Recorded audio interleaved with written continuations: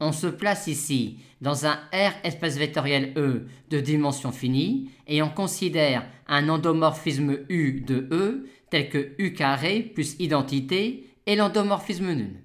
On a donc x carré plus 1 qui est polynôme annulateur de U, mais comme U est un endomorphisme d'un R espace vectoriel E, on ne pourra pas utiliser pleinement cela si on reste dans l'espace vectoriel E. Par conséquent, on va passer au niveau matriciel en considérant la matrice de U dans une base B de E. Cette matrice-là est une matrice de MNR que l'on peut plonger dans MNC et qui admet ce polynôme-là comme polynôme annulateur.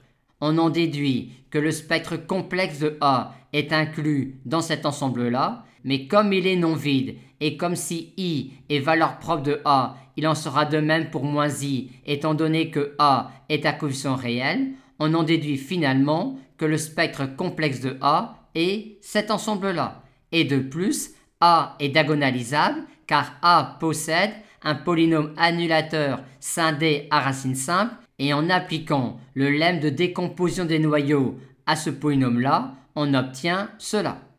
Avec cela, on peut déjà dire que la dimension de E, c'est-à-dire le nombre de lignes, nombre de colonnes de la matrice A est pair, vu que le polynôme caractéristique de A a un degré qui est n et qui est égal à la somme des ordres de multiplicité des valeurs propres. Or, comme A est à coefficient réel, I et son conjugué moins I ont même ordre de multiplicité. On a donc bien n qui est pair.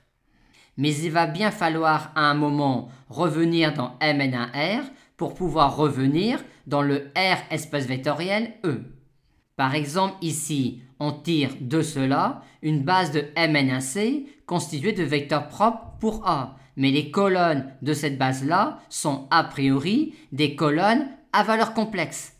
Et ils ne correspondent donc pas à des vecteurs de E.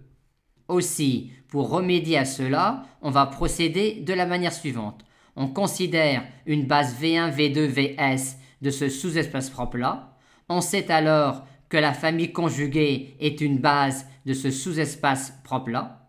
Et on va alors considérer les plans générés par V1 et V1 bar, et ainsi de suite.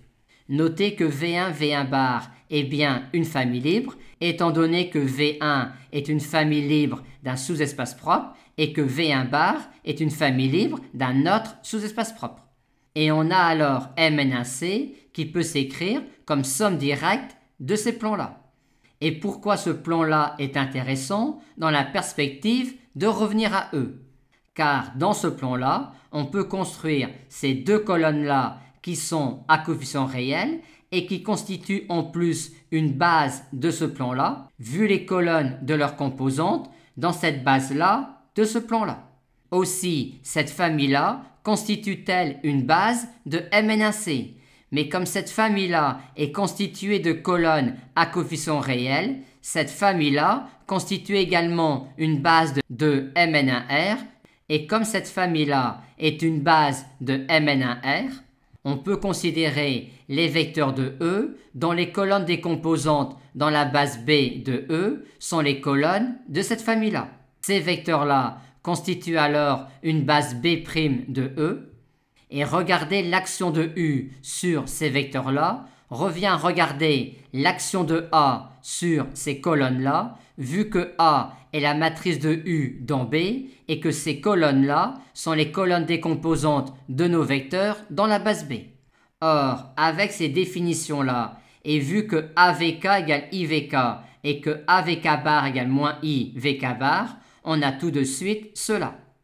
Aussi, la matrice de U dans la base B' de E, constituée des vecteurs dont les colonnes des composantes dans la base B sont les colonnes de cette famille-là, est une matrice diagonale par bloc dont les blocs diagonaux sont tous égaux à cette matrice-là.